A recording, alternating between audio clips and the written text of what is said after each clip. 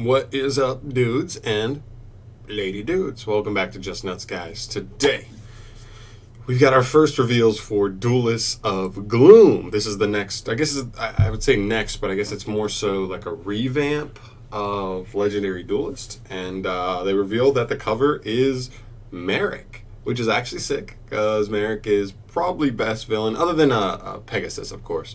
Probably best villain outside of Pegasus from the all shows. Doesn't matter. Every single show. Doesn't matter. He's the man. Yeah, so we're going to go through some cards here. I think there's only 3 of them here, but it's a cool start, and it'll show us what the rest of this pack is kind of set to look like. But yeah, let's jump into it with the first card. The first card is Egyptian God Slime, a fusion monster. It's a water aqua fusion. Well, it's level 10 with 3,000 attack and 3,000 defense. Its fusion materials are 1 aqua monster plus 1 level 10 monster, 1 level 10 water monster to be specific. Must first either be fusion summoned or special summoned by tributing a level 10 aqua monster with 0 attack in which case you do not use polymerization. So the idea here is Metal Reflex Slime. If you don't know about Metal Reflex Slime, it's a trap card. It summons itself as a monster and it becomes a level 10 aqua with 0 attack but 3,000 defense. It's a card that's used in the anime, but we're seeing that it kind of gets another like support card here, which is pretty cool. And just summoning that on the next turn, you can just make this guy, which is pretty cool. This card can be tributed as 3 tributes for a tribute summon. Can be treated as 3 tributes for a tribute summon. That's pretty much just like Egyptian God support. You're just trying to get the Egyptian gods out. And the second effect, he cannot be destroyed by battle. Also, your opponent cannot target monsters you control for attacks or with card effects, except for Egyptian God Slime. So he gives you a little bit of protection, but it's nothing crazy. This card is nowhere near competitive. It's just kind of a cool card for Egyptian gods stuff. I think this will just be more of a collectible card than anything, just as a support card for an Egyptian god type deck. And for that alone, I think it's actually pretty cool. So I like that. Moving on, we have MEKLORD Emperor Weisel, Synchro Absorption. MEKLORD's back, okay? He's a dark level 1 machine, special summon effect monster, 2,500 defense, 2,500 attack. That's fucking crazy for its level. It's level 1 with that stat line. Anyway, it cannot be normal summoned or set. He must first be special summoned by its own effect, and you can only use this card's first effect once per turn. First effect, during your opponent's turn, as a quick effect, you can send 1 face-up MEKLORD monster you control to the graveyard as cost to special summon this card from your hand. Okay, that's actually pretty manageable, pretty easy to get on board. All you have to do is just get any MEKLORD monster on board, and then on your opponent's turn you can drop him. Unfortunately, you can't drop him on your own turn, so going second, he's not even at least a beater that helps you break through a board, dodge some effects or anything.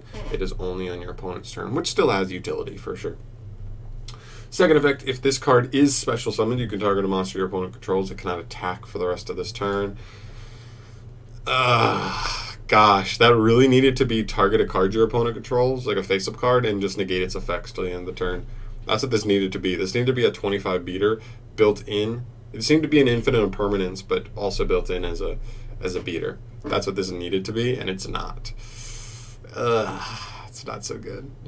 It's okay, though, I guess. Like, it's battle phase shenanigans on your opponent's turn. They go to battle phase. They attack your MEKLORD monster. You send the MEKLORD monster to the grave to summon him. You make a monster unattackable or unable to attack. And then you're 2,500, so you're probably bigger than most of the other stuff your opponent has on board, if anything. So I guess that's fine.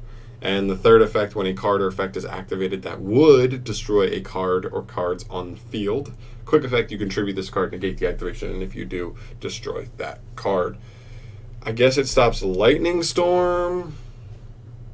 I don't know. The problem with Lightning Storm is that's a lot of time going to be like the first card your opponent activates. So if you don't activate him in like standby phase to tribute a MEKLORD to summon himself, you'll miss a period where you're even able to like get him on field to like just be up and ready to negate a Lightning Storm. Because then your opponent goes straight to main phase 1 and activates Lightning Storm. You contribute to special him, but then what?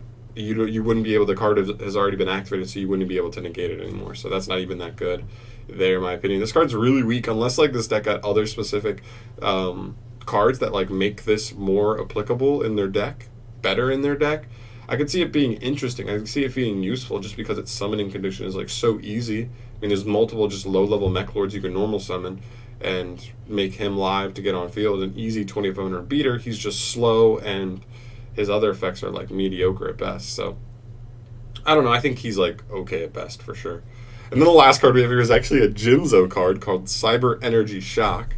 Now I don't know if this will be the actual name, because sometimes translations are kind of tough to look at. But if this is a Cyber Energy Shock and not a JINZO card, then we'll have to take it from there. But it's a quick play spell. You can only activate one card with this card's name once per turn.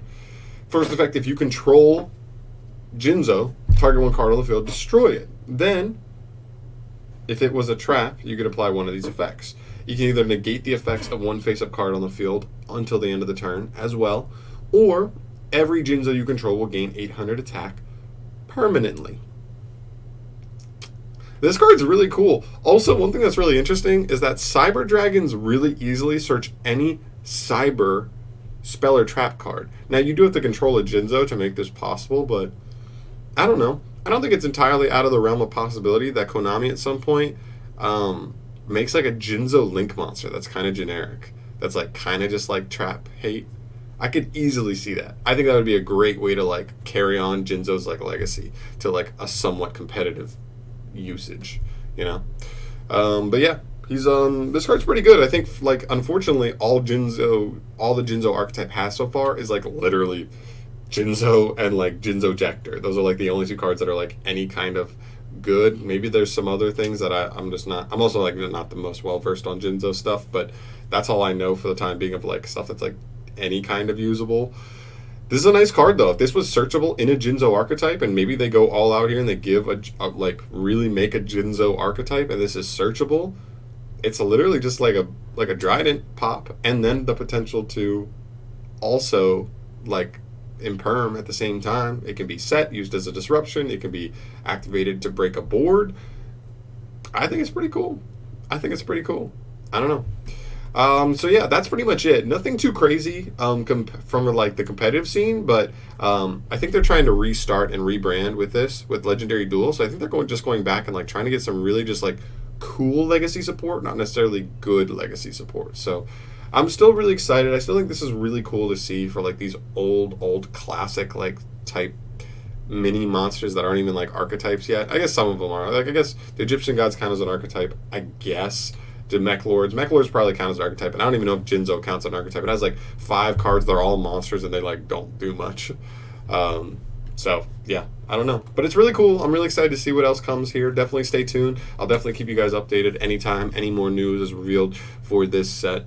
And yeah, thank you so much for watching, guys. As always, subscribe to the channel if you have not yet. Let me know your thoughts on these cards down below, and I'll see you in the next video. Peace.